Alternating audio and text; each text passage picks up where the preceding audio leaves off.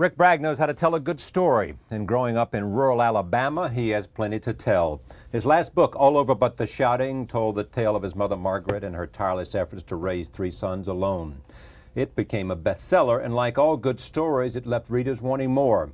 With his new book, Avas Man, it tells the story of his maternal grandfather, Charlie Bundrum. Bragg is also a national correspondent for the New York Times. In 1996, he won a Pulitzer Prize for his coverage of the Oklahoma City bombing. I'm pleased to have him back at this table. Welcome back. Thank you. The Avas, why not call him Charlie? Why just the notion of the title, Avas Man? Because when I started to write the book about my grandfather, I started feeling guilty. And I realized that Ava was as much a part of the story as he was. One could have not been without the other, and they never would have got the family through the Depression without the other. And it was guilt and a few other things. Yeah. But and she was, he was the only man she ever had. She would read to him because he wanted to know what was going on. Mm-hmm. I can.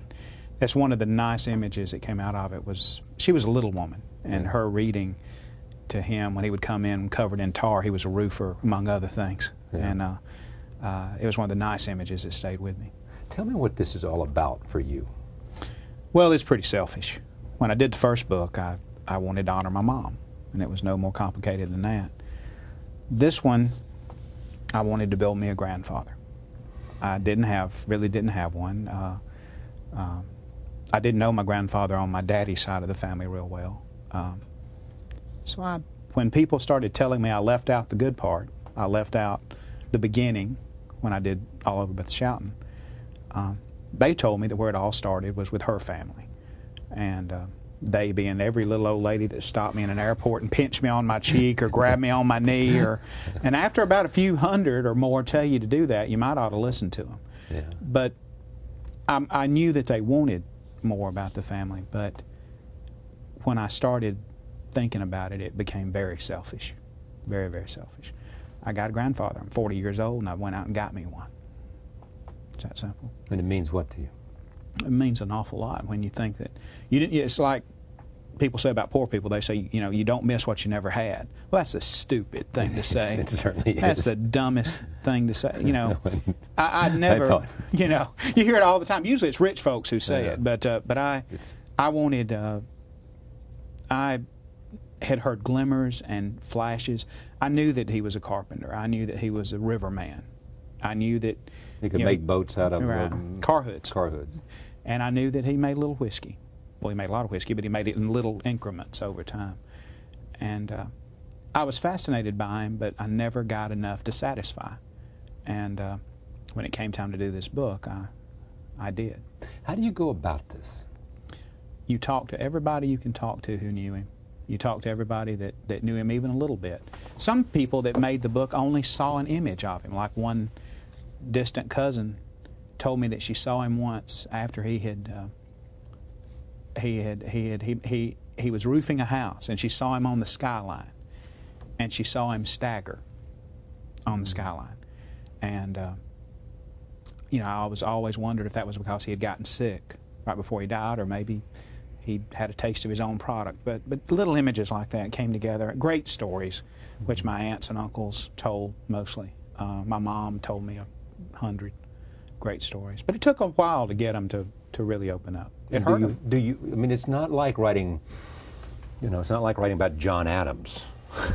No, no. Where there are thousands and thousands of letters and everything else, the kind of public document. This is mainly by word of mouth. Well, they didn't read. Now, my grandma did. My grandma was a great reader and loved to read. But my grandfather didn't read or write. His father didn't read or write. And I strongly suspect that if you go pretty far back, there's no written history. There was nothing to go on except what people remembered. And it was hard, but it was also a lot more fun than spending time in a library, going through documents. Everything we heard had life to it. You know, every story about a fist fight had blood in it. Nothing about it was cut and dried and stayed, and that made it fun. Yeah.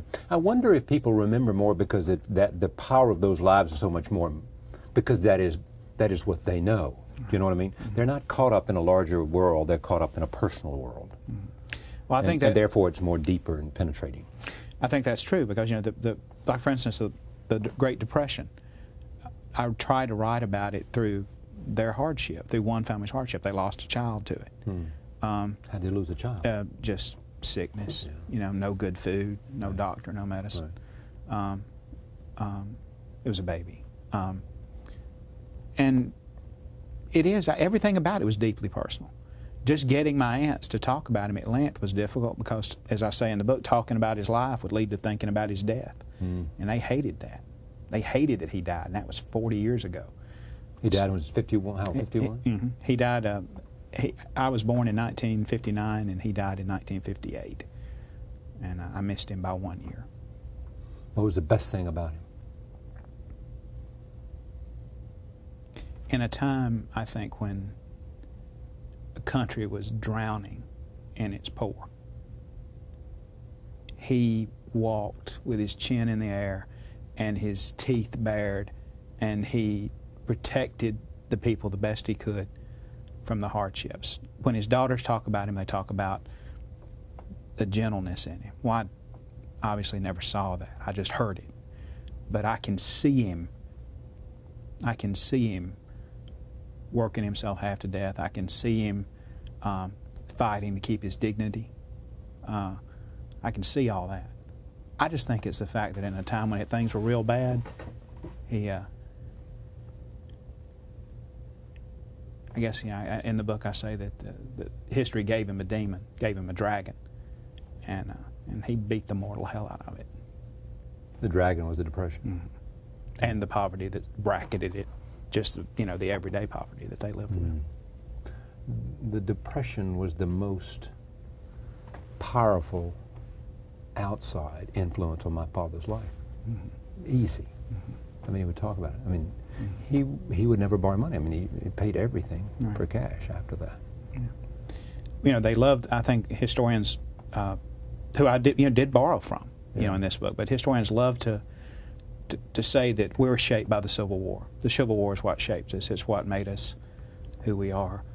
That may be true for the gentility. It may be true for a lot of people. But that's not true for blue-collar working people in the Deep South. It's just not true. I agree. You know, they remember the Depression, and they remember, they can still take you to the graves, and they can remember the name of every brain-dead animal they ever wrestled with to get it across a field. They remember that. They can't tell you who fought at Gettysburg. You know, they just don't care about it. Do you find this, I mean, the drive in you is because you want to know you want a grandfather. Sure. You know, you want to understand your mother. Sure. You want to celebrate your mother. Is it satisfying work? It's about the most fun I've ever had. And the thing about the book, I mean, you are a Pulitzer Prize winner. You are a New York Times reporter. well, and I've done some stories that were difficult. You know, we did the Oklahoma City bombing. We've done terrible stories. We've written awful, sad stories, and they became personal. You know, over time, the Timothy McVeigh execution was personal. You know, all those things become personal. How is it personal? Well, because you can't not feel for the people who've been ripped apart by those events. You got to feel something for them. This was different because it started with us. You know, it's the difference between shaking a stranger's hand and feeling something, feeling a connection, and having one of your great aunts wrap their arms around you. I mean, it's that different connection. This was us. It was our people, and the events didn't shake or shape a country. Or, you know, I doubt very seriously if Charlie's fistfight with two Georgia State Highway patrolmen in a beer joint called the Maple on the Hill ever made a newspaper. But it was a big deal in that part of West Georgia. So it was personal, and it was fun because it was personal. I mean, do you think that you will always stay there in terms of as a source of material? I think I'll always stay there because it's about the only thing I know anything about. You live in New Orleans. I live in New Orleans. But New Orleans it's chock full of people, great writers who live in New Orleans and love to write about New Orleans. But I'm getting to really know these folks. I'm getting to really know the people from the foothills of the Appalachians, which is much different from the Appalachians. It's a slightly different world, and it's fun. Yeah, I want to do a novel someday. I was just going to come to that. I mean, you've got to sort of think, I can create character because I have met characters. 100 stories we can't put in a book about family because they wouldn't let me come home for Thanksgiving. I'm not going to risk.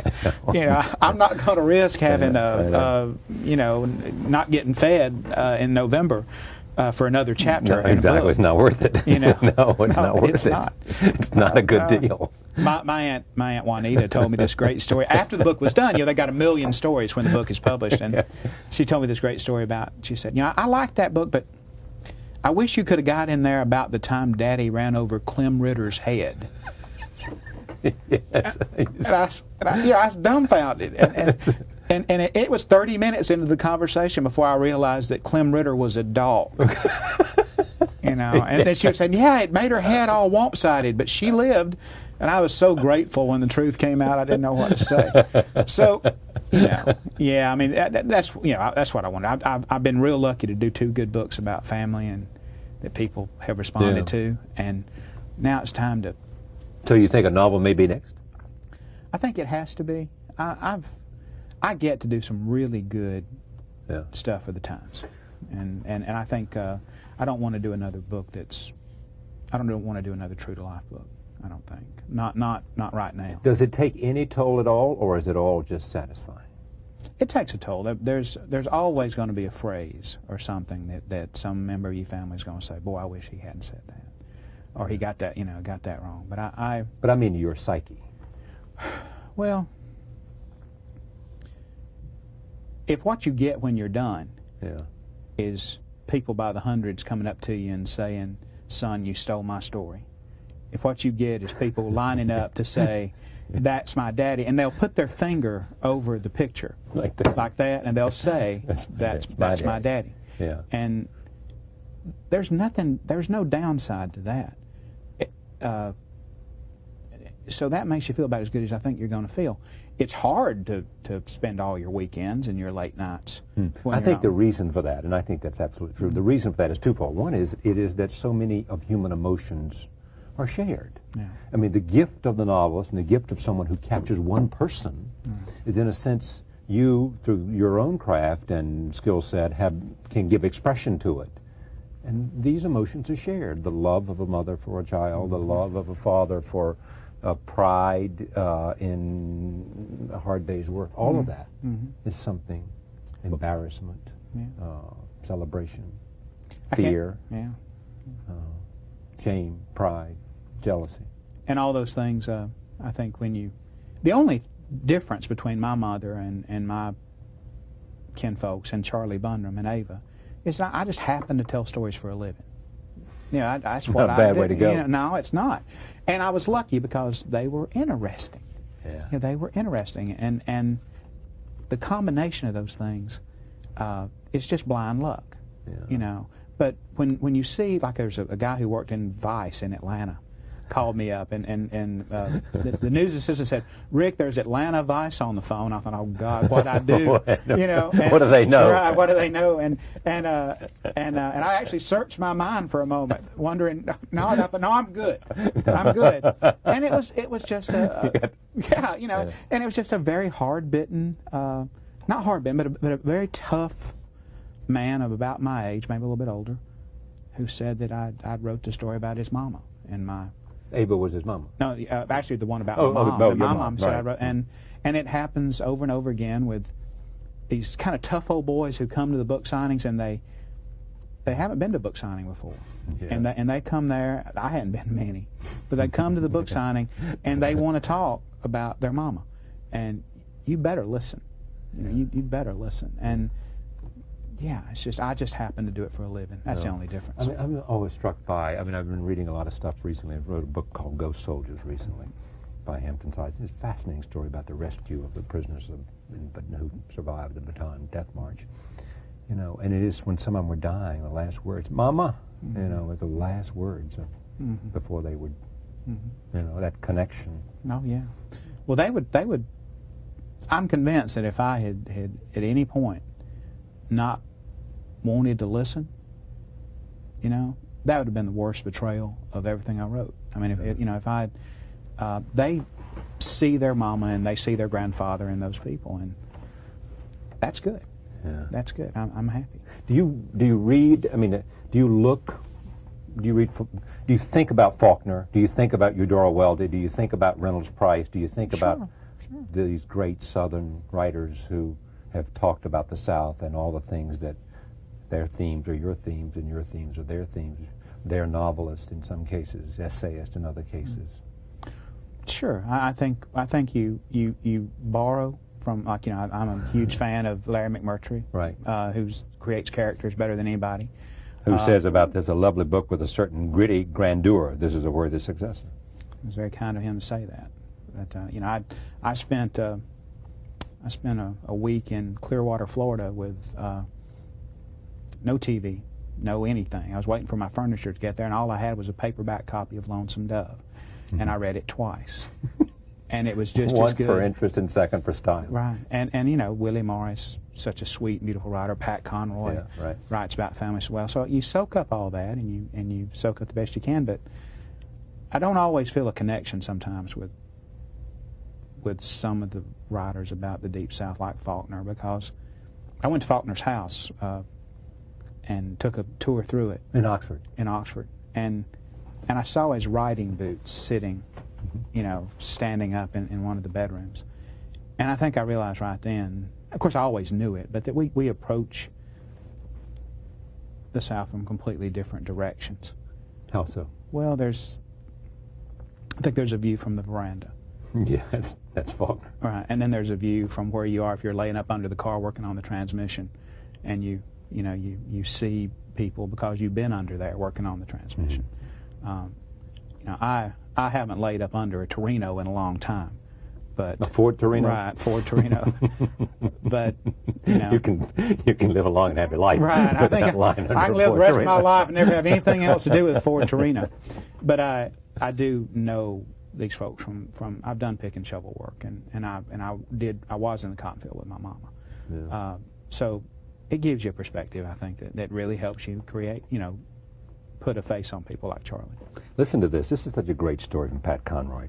And it's complimentary to you, so you can be embarrassed if you like. Rick Bragg writes like a man on fire, and all over but the shouting is a work of art. I thought of Melville, I thought of Faulkner, but I love the English language and know I was reading one of the best books I'd ever read. By explaining his life to the world, Rick Bragg explains part of my life to me. I fell in love with his mother 100 times. I wept when the book ended.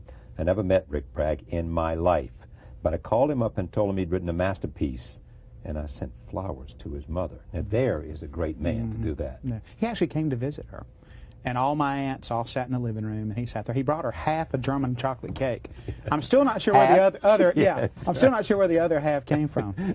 But he. That's my first question next time I see him. Right. Well, who the hell had the other half? Well, he pays me back for that every chance he gets.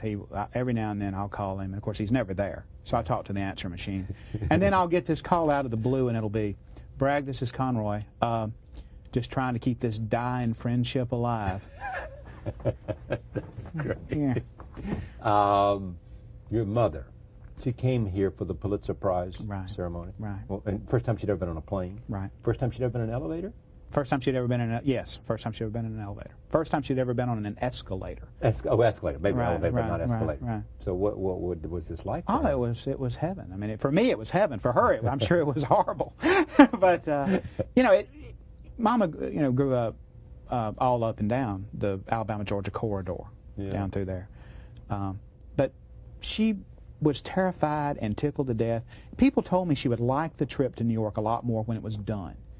And I didn't know what they meant by that. I didn't. You know, they said she'll really like it when it's over. You can think about it. Exactly, and that was exactly what happened. She had a great time. You know, we were in Atlanta the next week, and we were walking through downtown Atlanta, and she kind of looked around and said, "Well, it's not New York." Yeah, or something. Now some buildings, you know. So yeah, it was, and she was spoiled. I think she had her first ever dessert buffet. Oh. And my mother has a sweet tooth, and she Well, see, I'm surprised by that because dessert buffets are all over the South. But see, we don't. Mama eats what she cooks. Mama doesn't like to go to restaurants. Oh, I see. She only cooks. Yeah, she eats what she because she likes her cooking best. She likes her cooking best, and she cooks for her sisters, and she cooks for us. I was there last week, and she said, "Honey, I didn't cook. Sorry, we don't have anything to eat. All I've got is some fresh green beans, some fresh corn, some hot cornbread, and some sliced tomatoes, and some sweet tea. And that's all." She said, "That's all I've got." That's all I've got. I said, "Well, you're gonna go hungry, boy." Right. And it was pretty good. The New York Times. How you doing over there? Well, we're having fun. Yeah, that's good. Fun. The relationship's good. Oh yeah. You like those people? Yeah, I mean the great thing about the Times is you're always gonna get pointed at a good story. You don't have to sit around and wonder about whether or not you're going to get pointed at a good story. You mean they know the game? Right. And I've had a ball. It's like every other thing. You hit a slippery spot every now and then. But right now, I kind of roam around, try to find the best stories I can find, and I'm having fun. Spent some time in the Mississippi Delta. Spent some time in the Midwest. Can you roam all over? I can roam all over. Internationally as well? I don't think they really want me to do that. I think they would worry about me getting lost. Now, would you like Johnny Apple's job now? I mean, in other words, at some point in your career, would you like sort of going around the world eating your heart out? Oh, I'd go around the world eating my heart out right now, but I don't know anything about food, and Johnny does. He knows everything. Yeah, he knows everything about it. And now he was just out with Alice Waters. I mean, it was just. Oh yeah, when he goes to eat, he actually knows what he's eating. Yeah, I know. When I go to eat, I say, "Boy, ain't this tasty?" I know. He wrote a piece about it was a great French restaurant. And it was amazing. I mean, little as I knew. I mean, he had it knocked. Well, that's one of the reasons why being at the Times is so much fun, because you'll be reading, for instance, like I was reading our election coverage. Yeah. And you read people who actually know what they're talking about. Yes. And I wasn't one of them. My job was to stand in the parking lot and get quotes. I was high on the totem pole during the election coverage. But human element. Right. Yeah, that was my job. But it is amazing. Isn't it? Yeah, there's just so many. I mean, well, Friedman is on this program. I just saw that. I mean, he knows some stuff, doesn't he? And he writes with a certain authority. And they all do, and you read it, and you just kind of feel like, what do I know? And then it occurs to you, everybody's got their niche. I do a lot of stories about people in trouble. I do a lot of stories about simple themes, but people with kind of complicated lives, and I like that. A storyteller's born, you think? I think some of them are. But you can be it without being born with it. Yeah, I think you can learn it, and I think I'm certainly no expert on it, but I grew up at the knee of the best storytellers on earth. The best pure storytellers on earth. My uncles, my aunts. Ava was a great storyteller, and so I grew up with them, but it took me a long time to figure out how to do it in a newspaper. But you see an awful lot of people who just approach it differently. Stories no better, no worse. It's just approached different. What's the best thing you say about Ava? Well, Ava was interesting. When she didn't have to be strong and tough, she wasn't. But when she did have to be strong and tough, she just stepped right up. When Charlie died, she had never chopped wood before, really. When Charlie died, she went out and she looked at the wood pile, and she had the axe in her hand, and she just started flailing at it, and the wood would kick off the block and kick into her shins and bloody her legs, and she just kept whacking at it. She wasn't so much cutting wood as beating it to death. And she had the same strength of character that Charlie had. It just manifested itself in a different way. Great book. Thank you for coming. No, thank you. I appreciate it. Rick Bragg, Ava's Man. He wrote All Over But the Shouting. We'll be right back. And remember, Peter Moss. Stay with us. So when people started telling me I left out the good part, I left out the beginning when I did All Over But the Shouting, They told me that where it all started was with her family, and they being every little old lady that stopped me in an airport and pinched me on my cheek or grabbed me on my knee, and after about a few hundred or more tell you to do that, you might ought to listen to them. Yeah. But I knew that they wanted more about the family, but when I started thinking about it, it became very selfish, very, very selfish. I got a grandfather. I'm 40 years old, and I went out and got me one. It's that simple. And it means what to you? It means an awful lot when you think that it's like people say about poor people. They say, you don't miss what you never had. Well, that's a stupid thing to say. It certainly is. That's the dumbest.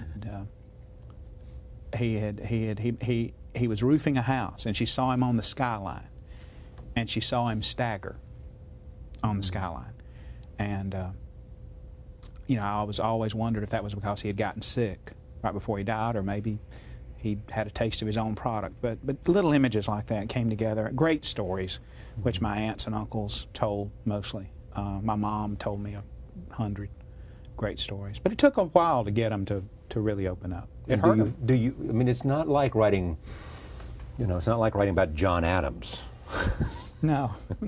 Where there are thousands and thousands of letters and everything else, the kind of public document. This is mainly by word of mouth. Well, they didn't read. No, my grandma did. My grandma was a great reader and loved to read. Rick Bragg knows how to tell a good story, and growing up in rural Alabama, he has plenty to tell. His last book, All Over But the Shouting, told the tale of his mother Margaret and her tireless efforts to raise 3 sons alone. It became a bestseller, and like all good stories, it left readers wanting more. With his new book, Avas Man, it tells the story of his maternal grandfather, Charlie Bundrum. Bragg is also a national correspondent for the New York Times. In 1996, he won a Pulitzer Prize for his coverage of the Oklahoma City bombing. I'm pleased to have him back at this table. Welcome back. Thank you. Avas, why not call him Charlie? Why just the notion of the title, Avas Man? Because when I started to write the book about my grandfather, I started feeling guilty. And I realized that Ava was as much a part of the story as he was. One could have not been without the other, and they never would have got the family through the Depression without the other. And it was guilt and a few other things. Yeah. But and he was the only man she ever had. She would read to him because he wanted to know what was going on. Mm-hmm. Mm-hmm. That's one of the nice images that came out of it. She was a little woman, and her reading to him when he would come in covered in tar. He was a roofer, among other things. Yeah. And it was one of the nice images that stayed with me. Tell me what this is all about for you. Well, it's pretty selfish. When I did the first book, I wanted to honor my mom, and it was no more complicated than that. This one, I wanted to build me a grandfather. I really didn't have one. I didn't know my grandfather on my daddy's side of the family real well. Thing to say, I never, you hear it all the time. Usually it's rich folks who say it, but I wanted, I had heard glimmers and flashes. I knew that he was a carpenter. I knew that he was a riverman. I knew that he could make boats out of car hoods. Car hoods. And I knew that he made a little whiskey. Well, he made a lot of whiskey, but he made it in little increments over time. And I was fascinated by him, but I never got enough to satisfy. And when it came time to do this book, I did. How do you go about this? You talk to everybody you can talk to who knew him. You talk to everybody that knew him even a little bit. Some people that made the book only saw an image of him, like one distant cousin told me that she saw him once after he had